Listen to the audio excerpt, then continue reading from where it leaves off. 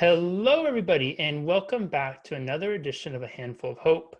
I am so happy and grateful to have Cindee Rood with us here today, who is the founder and executive director of Formidable Joy, an LA-based grassroots nonprofit whose sole mission is to provide access to clean water in Malawi, Africa. It was Cindee's love of travel that led her to a life of service. She has traveled through the world, 60 plus countries and counting.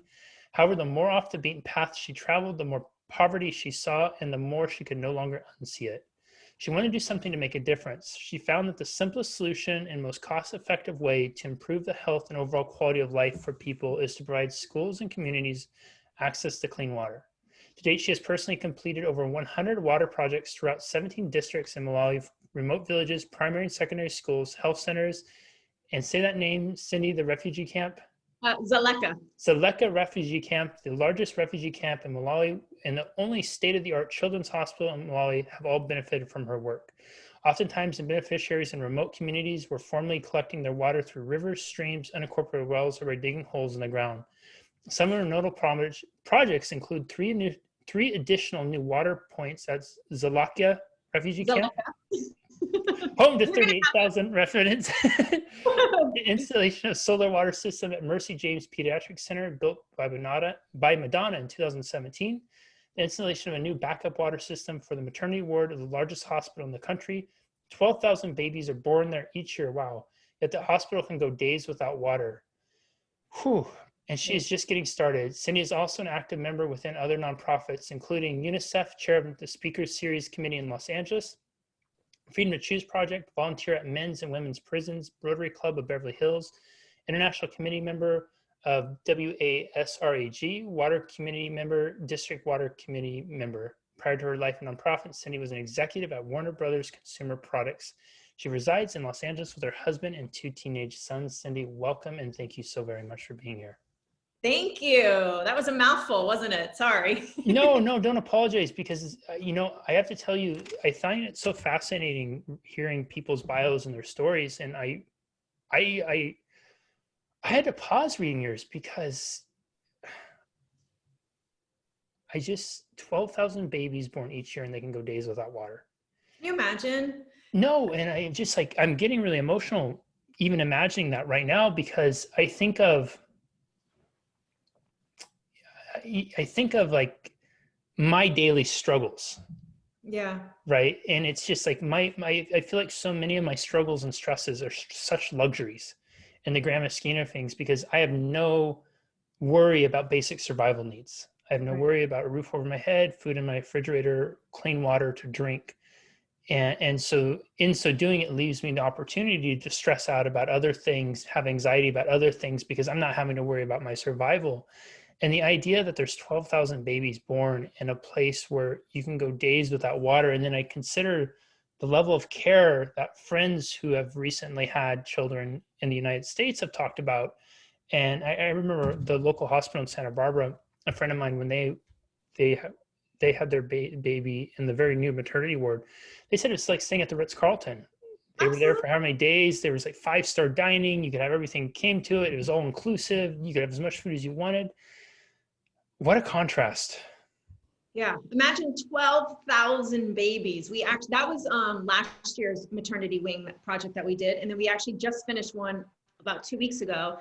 And that hospital, they only deliver 5,000 babies a year. It's also the same situation where they can go definitely hours a day with no water. That happens almost daily, and then they could go days. So we installed yet another backup system for a maternity wing in another hospital. So even if the entire hospital goes without water for those hours or those days, at least at a minimum, the maternity wing, and now I just got the chills, at least the maternity wing will not be without water. So, when you think about, you don't have to ever think about this, but when you think about giving birth and the ripple effects of not having water, what if you need to have a C-section, and how do you clean the I can't even think right now, the utensils that are needed for the surgery, and how do doctors wash their hands? So it's such a big ripple effect. Again, and we're just talking about the hospital. So imagine living day to day, not having access to water. It's something that we absolutely take for granted. And I know I do. I know I did. I used to take my 20-minute, hot showers. I think twice about those now. But yeah, we absolutely take it for granted that, you know, our dog has cleaner water than some people in the world. Yeah. I mean, even as you're talking, I'm thinking about my process of getting water just before we chatted, where I have the tap water that comes out, which is clean and completely drinkable. So just going to turn the faucet on. And that is, even then I go take it and put it through a filter that drips and Right. filters it out to make it better, cleaner, healthier, whatever it's supposed to do. And just thinking of this, boy, I have to really take a breath and compose myself here. Like, this is really hitting me in the feels. Oh. I just, I don't want this to be like a soapbox tangent or anything, but I often think that so many of our problems that many of us face in the US could be anecdoted with a healthy dose of perspective. Totally. Yeah. Right. And I want to ask you, so I don't want to fill in your words for this, but I can imagine I remember always hearing people talk about stories of going across to other countries, and they come back from really poor areas, and they would talk about how incredibly happy people were there who had nothing. And why is it that we're so hard to have happiness here? And I remember vividly, and I think I shared with you before, about going to Haiti and seeing people post-earthquake who had absolutely nothing, who had lost loved ones, who, if they had anything, it was in a half full hefty bag. And they were singing and dancing and celebrating if they could get up and move at night. And I remember walking across the field watching this, and I had just been in my head because I had gone through a breakup. My girlfriend had left me, and there had been some other things that happened that I had, in my head, made into such large, big things. And that's not to say, ending a relationship is not a large, big thing, but it was the other stuff about it. The stuff I was telling myself, well, what does it mean about me? Am I not lovable? All those kinds of things, right? And then I stopped and looked at them, and I'm like, my God, like, these people are so happy right now with nothing. And what are they doing that I'm not? And I realized it was almost came down to this piece of like having survival needs met. We've created so many like man-made metrics of happiness in this country, where happiness is the car you drive, your zip code, the roof over your head, who your social circle is, right? What microphone you're using for your podcast, saying all those types of stuff. Like, you and I were joking around about our lighting beforehand, like considering those kinds of things. First world problems, right? Yeah, massively so. And it's just, when I think of that in context of 12,000 babies being born and can go days without water, it just, yeah, I really am present to that right now. I'm so present to it. So maybe we could start with you, like going to 60 plus countries. What was your kind of aha moment where you said you could no longer stand by and do nothing? What was it? Was it like you would go somewhere and you'd see these contrasts when you would come back to the States? What was coming up for you? What was kind of your aha moment that you had to start to do something? Well, I at the end of the day, I think Malawi was the icing on the cake for me because, like I said, I had been to 60 countries, and again, and like you said in my bio, the more off the beaten path you get, the more you really do experience poverty. And to your point about Haiti, like no matter where I went to these countries, these impoverished countries, the people you encountered were so happy. They are just the happiest people that you've ever seen. And so, sorry if I zig and I zag, but the name of the organization is called Formidable Joy. And the name of the organization is absolutely named after the people of Malawi, because these are people, like you said, who have absolutely nothing, and they are so, so full of joy. And again, to your point, how many people do we know that have absolutely everything and they're miserable? So there's a lot that we can learn from these people. And, I'm sure there's plenty of secrets that I don't know to their happiness, but one thing that I absolutely believe is that their sense of community is like no other. So they take care of each other. And I think that's something that sometimes we miss, especially living in a big city like LA, So to me, sense of community is what makes these people so happy also. That I could be wrong, you know, maybe they were just born this way, but I don't think so. And it's not like phony either. It's not like they're just happy when I walk, you know, I show up or something, you know, because I get videos from the field all the time and I'm not even there, and people are singing and dancing once you give them water, or the school gets water, or the village gets water. They're singing and dancing with gratitude, and singing and dancing is kind of what they do. You know, this is not to downplay the fact that they don't have unbelievable problems, and they are complex people just like me and you. They are not happy and sad. They are everything in between, just like me and you. But they do absolutely feel like they have this sense of joy, this inner joy that I would love a piece of, you know, I'd love to bottle it. So, so yeah, I totally agree with you. And as far as what was the icing on the cake for me? I don't know. I just think you keep seeing it. You keep seeing it. And at some point you have to go, how can I help? What can I do about this? And then going to Malawi, which was one of my later trips, you know, I'm not going to lie. My goal was to go to Malawi and put a check mark next to the country and go, been there, done that. It's a big wide world. Where can I go next? But the people there just really drew me in. They just did. You know, this was never my life's goal to be working in Malawi, to be drilling boreholes. I mean, I grew up in Florida. I didn't even know what a borehole was, you know? So there's nothing about my background that would suggest this is what I was going to be doing with my life. And I would not trade this for anything, you know? I'm curious, when you would travel before that, when you were going and you hit 60 plus countries, did you feel like that much of the, maybe much, not much, but one of the drivers behind traveling was just to travel, to say that you got the stamp, you've been there, done that, check it off. And then it sounded like that may have changed to it becoming something where traveling took a deeper, more meaningful purpose for you. Yeah. So I don't like to travel just to say I travel. I truly love it. And what I love most about it is the people that you meet along the way, because I love experiencing other cultures. I've been very known to, you know, if I have a driver in another country, just going, hey, can I come to your house? And they'll be like, what are you talking about? You know? So I've gone to people's houses in Haiti. I've gone in Oman, Ethiopia. I mean, like, you name it. And if they invite me, or sometimes they will invite me, I don't just, you know, show up. But I think when people invite you into their home, I think it's the greatest compliment there is. And I think to experience other people's worlds I love it. I mean, that's my favorite part about traveling, is the people that you meet along the way. It's not the Eiffel Tower, and it's not all that. That stuff is all amazing, but you know, I just love the different cultures and experiencing that. That's my favorite part. I want to, if you don't mind, walk us through that you can no longer unsee what you were seeing piece. And I don't want to speak on behalf of everybody else, but I'll just use myself as an example, that I know there's been times throughout traveling, especially when I would see poverty, where I would feel it, but it was kind of like, I'd have different stories I would tell myself to almost excuse myself from having to take action about it. It was, you know, that's their problems. That's, you know, their circumstances. I don't want to get involved. You should be really grateful for what you have. Gosh, you know, and even saying like really rude things, like what a dump, this, you know, anything I could do to kind of remove myself from it. And I'm wondering for you, what was it was it the joy of the people in Malawi that really set it off? Or what was it for you where you had that breaking point or if it was a breaking point, I don't want to put words in your mouth, of it shifting from, you could, you know, fill in the blank what word it is for you. You could kind of accept that this was how it was. You could accept poverty here. You could understand that was a part of life there. But then all of a sudden it's you go to Malawi and you're like, wait, this isn't acceptable anymore.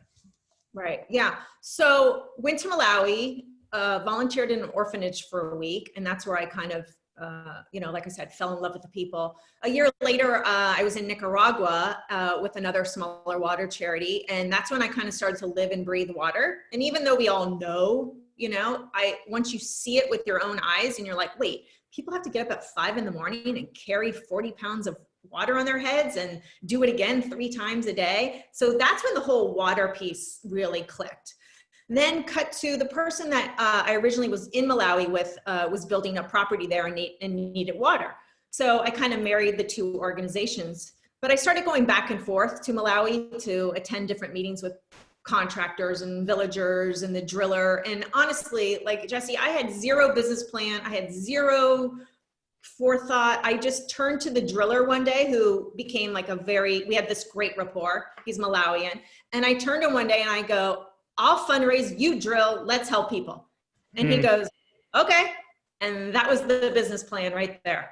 And, listen, if we could get him on right now, he will tell you this crazy lady is going to do like 1, maybe 2 projects with me, and I'll never see her again, because that's kind of what they're used to. They're used to people coming in, getting super excited, doing something and leaving, and you never see them again. And, it's funny because on Thanksgiving, now I'm going to cry. On Thanksgiving, I sent him a note and I said, this is Thanksgiving, and this is when we give thanks to so many people in our lives. And I texted him, I said, I'm so grateful that you came into my life. I said, could you and I ever have foreseen what we have done together? Because like I said, I've worked on over 100 water projects in Malawi so far with no experience. I am not a water chemist. I am not a hydrologist. I am not a celebrity. I am not a trust fund baby, but I'd be a really good one. So I am none of those things, So I saw this need and kind of went for it. And I always started the organization with "if only" was kind of my motto. If only. If I only raise enough money to help one village, this is going to all be worth it, So I had nothing to lose. If only. The bar was low. I only had to do one project, and then I felt like this was all worth it. So, now cut to this year alone, we did 40 projects in schools, villages, another hospital, like you talked about. And I never saw this coming ever, ever, ever. And I hope I can do this till I'm old and gray. And, ultimately the goal would be to hand it over to somebody in Malawi, because I think this should be them who do this. So that would be the long-term goal, is to hand this over to a woman in Malawi who could kind of take this. That's my goal. I'm curious, so over 100 water projects, and I'm just looking at some of your numbers. So with 3 projects at the refugee camp leading up to 38,000 people, I'm wondering how many people are directly or indirectly impacted by 100 plus water projects throughout the country? Is it in the... Yes. So I in about like 2 weeks, I'll have my exact numbers, but up until this year, it was about 137,000 people, and Wow. We'll be well over 150,000 people this year. Not just this year alone, but in total. Because you imagine if you help a hospital, there's 12,000 babies right there you've helped, plus their moms. There's 24,000 people you're helping right there when you help a hospital. That's one of the biggest impact. Some of these schools have 1,000 kids in them. Some of the villages can have 500 people in them, 1,000 people. So definitely over 150,000 people have been impacted so far. And that's so incredible, Cindee. And I'm wondering if we could give some context, a greater context to that for folks listening, watching, and I'll explain what I mean by that. I remember reading a book, and this was a book. It was on how to make a persuasive argument, and it was talking about there was somewhere in Africa, I'm blanking on where the name was, but they had a really hard time with a parasite called guinea worm. Guinea worm would get into the water, and then people would go and drink it. And so they were talking about how they were trying to eradicate guinea worm from this village. And when they went in, the scientists went in and just said, here, this is what you need to do. They were saying, no, you can't do that. So they had to find the tribal chief or the medicine person or whomever it was, somebody who was of influence in the village, and have that person become an early adopter to be able to do it. And then with that, once they had that early adopter, and then it started to change culture with that. The reason I want to lead with that is because I'm wondering, these 150,000 plus people that have been impacted from your various projects throughout the country, what would they have to do before this? Because I'm imagining some of them were probably having to deal with similar things as those people were with the guinea worm. Were they dealing with waterborne parasites? Or you mentioned they're going and traveling and having to carry 40 pounds of water on their back every day. What was a day in their life prior to having accessible to clean and safe water? Yeah, and they all vary. There are situations where they're getting their water from the rivers, the streams, which they actually have to share with animals who also get their water there. Sometimes they are digging holes in the ground to get to the water table, and that's where they get their water. Sometimes maybe they just have to share their water source with another village. So yes, they do have to walk however long. It could be 10 minutes, it could be 30 minutes, you never know. I've talked to one woman who had to travel almost an hour to get to the river for her water and come back. Sometimes maybe they do have water in their village, but maybe they only have that one water source. And again, if there's 1,000 people in the village, you need to add another water source. Or what happens in some schools is that the schools won't have water on their campus, but they'll have to share their water with the community. Well, it's not a school borehole. So if the kids are thirsty in the middle of school and they want to run, let's say it's only 5 minutes away, 10 minutes away. But again, if you have a first grader, do you want them running 10 minutes off campus to go get a drink of water? So, and then you have to share it with the community, but the community will be like, no, this is our water, you don't get to have it, even though it's their kids who live in the community. So every single situation is different, from the drastic to me, the most drastic, if you have to dig a hole in the ground to get your water, is the most drastic, to having to share your water source with however many people and it becomes too congested. So, and then in the hospitals, I want people to know, do hospitals have water? Yeah, they do. They are given water through the water board. However, for whatever reason, and I know there's lots of different reasons, the water will be shut off several hours a day. So, if it's your turn to have surgery at 2 o'clock and that's when all the water's turned off, you're not having your surgery. Wow. Yeah. So the cases are always different. Yes. Yeah, and I've seen firsthand them drinking this god awful dirty water, because what choice do they have? And then when you have dirty water, then you have to cut down more trees to boil the water until it's safe to drink. And so, here we go back again to the ripple effect, I'm curious, Cindee, how has your life changed as you've begun to give and do more for others, as you've amassed these 100+ projects and you've fundraised and given and traveled over there and done more? How has your life changed because of that? Well, I think the people who sacrifice the most is not me, it's my family. I have 2 children, but they're teenage boys now, so they're 18 and 16. So, I go to Malawi 3 to 4 times a year, and I stay for roughly a month at a time. So that's changed a lot. Mom's not home as much. Again, thank God they're older teenagers. So as long as I leave money, they're fine. And then my husband, yeah, they're fine. Trust me, they're totally fine. If they were little, I couldn't do this. I just wouldn't want to be away from them, So, and honestly, like if I'm being super honest, I would say I border on obsession, because this has become my full-time job. I start at 5 o'clock in the morning because we're a 10-hour difference from Malawi. So at 5 o'clock in the morning, my WhatsApp is already blowing up, or I have a phone call or whatever. And by the time I'm going to bed, then they're all waking up and then they're texting me again. So I work really hard on this. I really do. But like I said before, I wouldn't trade it for anything. There's nothing else I'd rather do. I noticed when you said, I work really hard on this, you kind of set up a little taller, you had a little bit of bounce and a big smile on your face. And I think that's such a different thing than when a lot of entrepreneurs or business owners or people, when I talk to them and they say, yeah, I work really hard on this, it's usually something like, yeah, I work really hard on this. And it's not to say that they don't love or have the passion about it. It's just that they've gotten so bogged down in maybe the minutia of it. And there's not maybe the deeper personal, purposeful connection to it. It's more of like their why behind it is different. Whereas yours, it seems like it's evident how much it lights you up. It absolutely does. I mean, when my friends see pictures of me there, they're like, you just look so happy when you're there. You're so happy. And I am so happy, I mean, the biggest payoff to me is when you are there and you get to see the people celebrating their new water sources. I mean, that's my paycheck. My paycheck, I don't take a salary. So my paycheck is bearing witness to the celebrations. There is no greater joy. And even though I'm getting choked up right now, I want you to know that I've seen so much poverty, and I've seen people at not their worst, but living in their worst. But I never cry. I never, ever cry when I see that. The only time I cry is at those celebrations. And it's just nothing but tears of joy. And then I also cry every time we drill for water and the water comes sprouting out. I'll start crying. And the drillers make fun of me all the time. They're like, why are you crying? I'm like, this is amazing. So I'm a softie when it comes to that. It just begs the inquiry of what would our lives be like if we all celebrated when we turned on the sink and water came out.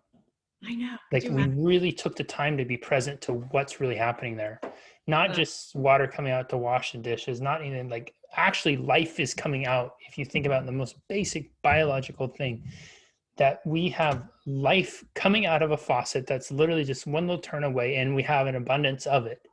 Right. And just if we could bridge that gap of it just being something we expected to really appreciating and having that celebratory level of appreciation for what is actually happening in front of us, like how it would transform how we experience life, and the depth of joy and happiness that many in America struggle to feel might be able to feel if we would make that connection. I know. Why do we save it just for Thanksgiving, to give thanks for people and experiences in our lives, you know? Once again, you know, these are people who have nothing, right? But almost every time we go to one of these celebrations, they are always giving me a gift. So I have been given goats and lambs and more chickens than I could ever eat. And last week we just were given like this huge thing of bananas and tomatoes and fruit. And, you know, I just think that's so beautiful. You know, people with nothing to give still find a way to give gratitude. And to me, I don't need any of that. To me, this is such a privilege and an honor to be able to do this, that's all the gratitude I need, you know. What does it mean to you to receive those gifts from them?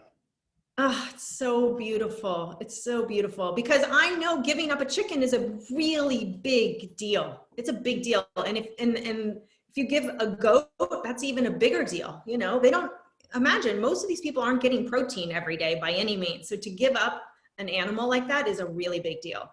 Although I have to tell you, one community gave me a lamb and I became a little attached to the lamb. So he's still alive and I have somebody taking care of him. He has a wife and a child now. But every time I go back to Malawi, I go see my lamb. His name is Fernando. Fernando the lamb. So yeah, it's really funny. That's incredible. For people who want to learn more, to get involved, what would be their first step? What should they do? Yeah, I am really great at getting back to anybody who contacts me. So you can go on our Instagram, which is formidablejoy.org, and DM me. Our website is formidablejoy.org. Facebook, formidablejoy.org. You can reach out to me directly, and it's Cindee with 2 E's, Creative Parents, Cindee @formidablejoy.org. And like I said, I will absolutely get back to you. And you know, if somebody out there wants to volunteer their time or their talent, I know this is a crazy year and a lot of us have the budget blues, but you can always donate your time or your talent, if not your treasures this year. So. Cindee, I love your wordsmithing that you throw in there, the creative parents and the budget blues all in 2 sentences. And on top of the other ones you were sharing with me beforehand, I'm getting really jealous of your word pairings and how quickly you're coming up with them right now. Or is it because I use them a lot? One of the two. No, I really like it because I always try to think, it could be really clever if I link words together that have the same vowel they start with or whatever it is. And I'm loving the budget blues and the creative parents you throw in there. What is your vision? So you mentioned that you want to eventually get this to a point where it's turned over and somebody there is running it. But for the next 2 to 3 years, where do you envision this growing? How do you envision Formidable Joy growing? How do you envision it to continue to serve the people? And I know you said that when you started, it was as simple as, hey, I can fundraise, you drill. And now it's evolving beyond that. Do you find now as you grow, having a vision and expanding that vision, does it become a more effective North Star to see where you need to devote your time, energy, effort more? Yeah, so I absolutely want to grow. That is big, giant on my vision board. The biggest way for me to grow is to get corporate sponsors involved because they have, here I go again, they have funny money. They have so much money, all of these corporations that, and to me, that's how you grow, is to get corporations involved. So that's one of my really big goals in 2021. And I also want to be like really clear that all of these projects happen because I have such incredible partners on the ground. You know, I do not just show up to Malawi and go, who wants water? I have incredible partners and they know the needs of the schools, of the villages, of everybody around them. And they identify the places that we should look to. So I don't want anyone to think I just show up and start handing out boreholes to everybody. It's not the case. But absolutely, I want to grow. I have no intentions of slowing down. I want to get corporate partners involved so I can do bigger projects and do more solar projects, which cost a lot more money. But they impact a lot more people as well. So that's another big goal. In a perfect world, I'd love to expand to other countries. But there's such a need in Malawi right now that there's no reason for me to expand. And also back to the partners that I have such amazing relationships and partners there that I would be starting all over if I went to a new country. But again, if I could do it, I would love other countries as well. Yeah. So I have no intentions of slowing down. I only want to grow. I only want to help more people. I only want to do more projects with more partners. So. What, out of curiosity, I'm not familiar enough with Malawi. What is the population of the country? It's roughly 19 million. 19 million. Yeah. And they guesstimate around 30% lack the access to clean water. So you figure right around 6 million. Wow. So, it's a very niche market, right? Yeah, but lots of work to do. Yeah, exactly. So 10,000 miles away for a country of 19 million, drilling boreholes 150 feet below the Earth's surface. I definitely found a niche market and job for myself. Before I ask my final question, Cindee, where can people find and connect with you? Where's the best place for them to go with that? Yeah, so on the website, formidablejoy.org, or email me, Cindee@formidablejoy.org, or again, social media. I live a lot on Instagram, and I post a lot on Instagram, trying to give everybody updates and stories and try to show before and after, or, highlight the partners. So that's a really good place to go. I'm very active on Instagram mostly. I really don't want this time to end, but I want to be respectful of your time, and I want to be respectful of everybody's listening and watching. And I definitely took a couple minutes trying to gather myself in the very beginning. So maybe we can end with this. I'm wondering, I find that many people, when they begin something new, even if they feel that it's what they're called for, even if they know their heart is what they're saying, this is what you need to do, they inevitably reach that point of self-doubt or questioning self. Am I crazy? This is nuts. What the heck? Probably why your friend was laughing about it, because they're used to people coming over all full of vim and vigor. That was one I tried to throw in there for you. That was good. I'll write that down. and then petering out very quickly with it too, because emotion, it's really interesting. And I think especially in first world countries, we've become so conditioned to relying on external to manufacture internal, rather than manufacturing internal and taking externally, which is what I think where the real power of emotion is. But we're relying on all this other stimulus to come in and affect us and then do something with it. So I'm curious with you did you ever have a moment like that, or moments like that early on, where you're questioning yourself, what the hell am I doing? This is crazy. And then was there a moment or moments where all of a sudden you knew with absolute certainty that this is what you're supposed to do? You had to keep going. Maybe there was a certain person that you met, or a child that you encountered, something like that, that then it just set everything right. And you said, yeah, this is it. Yeah.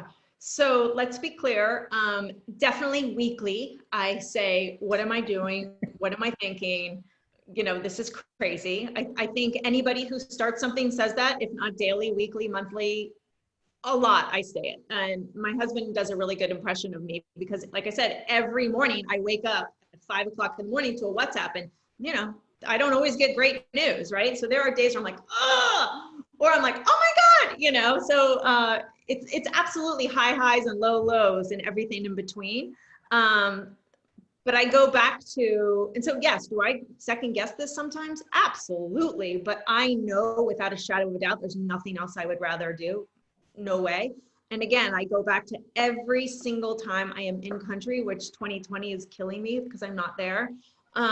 It reinforces everything. It reinforces everything. It's all worth it when you see these people getting access to water. It's completely worth it. Yeah.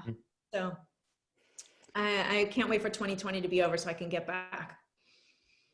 Everyone, boy, is this one that if it touched your heartstrings to anything like it did mine, you're going to want to rewatch and re-listen and really dive into the incredible work that they're doing. Cindee and Formidable Joy are doing. She took us on an incredible journey today, didn't she? Talking about her initial travels to 60 plus countries, and then all of a sudden ending up in Malawi, and thinking at first it was just going to be something where you check the stamp off and experience it, and realizing that there was something much, much more important and much bigger than her work that she had to do there and a calling that she wasn't willing to ignore. I love that she talked about not being able to unsee what she once saw and actually leaning into what maybe was on her heart. And I think that's such a really authentic human experience that many of us have experienced at one time, whether it's walking down the street in our own neighborhood and seeing the homeless person on the street, or going to other countries and seeing extreme poverty. Many of us have been affected by stuff that we've seen and experienced in the world, but we can somehow rationalize it and make ourselves okay with it so we can go home and sleep at night. I've certainly done and do this myself. And there's not to say that there's anything good, bad, right, or wrong about that. What it is to say is it might be something that if you draw inspiration from what Cindee shared with today, it's draw inspiration to explore that which comes up for you, because there might just be something bigger than yourself knocking at the door. And that's why you keep seeing and feeling and resonating with these things, these experiences. You know, the idea of water and having life coming out of your faucet every day. Gosh, I'm still just so blown away about 12,000 babies and not having access to water. And that's a hospital. And I can imagine of the 19 million people, of which 30% are not having access to clean water, what some of those stories must be like for other places that Cindee has yet to reach and other organizations haven't reached, and what they must be going through and dealing with. And I think this invites the exploration that you don't have to have a perfect business plan or a clear-cut vision to begin something. All you have to do is have a desire, a feeling, and trust with that. And something as simple as, hey, I fundraised, you want to drill, can lead to an incredible thing. And most people, I think, when they really follow their heart, they don't necessarily have the notion that however many years later, they're going to be sitting there saying, we've done over 100 water projects. What they start with is just the first one. And I say that with all my heart because I think what Cindee's doing is so incredible. And I think that she is an example of the capacity that many of us have to do extraordinary things, to make extraordinary differences. But oftentimes we get so overwhelmed in the details that we never take the first step or action. And one of my favorite pieces of this whole conversation with Cindee today is she had about as little detail as possible when she took that first step. It was simply, hey, if I do this, will you do this? And then with that first yes, they started creating something that has now reached 150,000 plus people, that allows families to have more time together, that keeps children and schools at home, that provides clean and accessible water to generations and generations to come. And Cindee, this is just such an incredible story. I am so deeply grateful you shared with us today, and so incredibly inspired and grateful for what you're doing in the world. Thank you. Thank you. Thank you so much for having me. This was a great conversation. I appreciate it very much. Absolutely. We will see you next time, everybody, on another edition of A Handful of Hope. Bye-bye.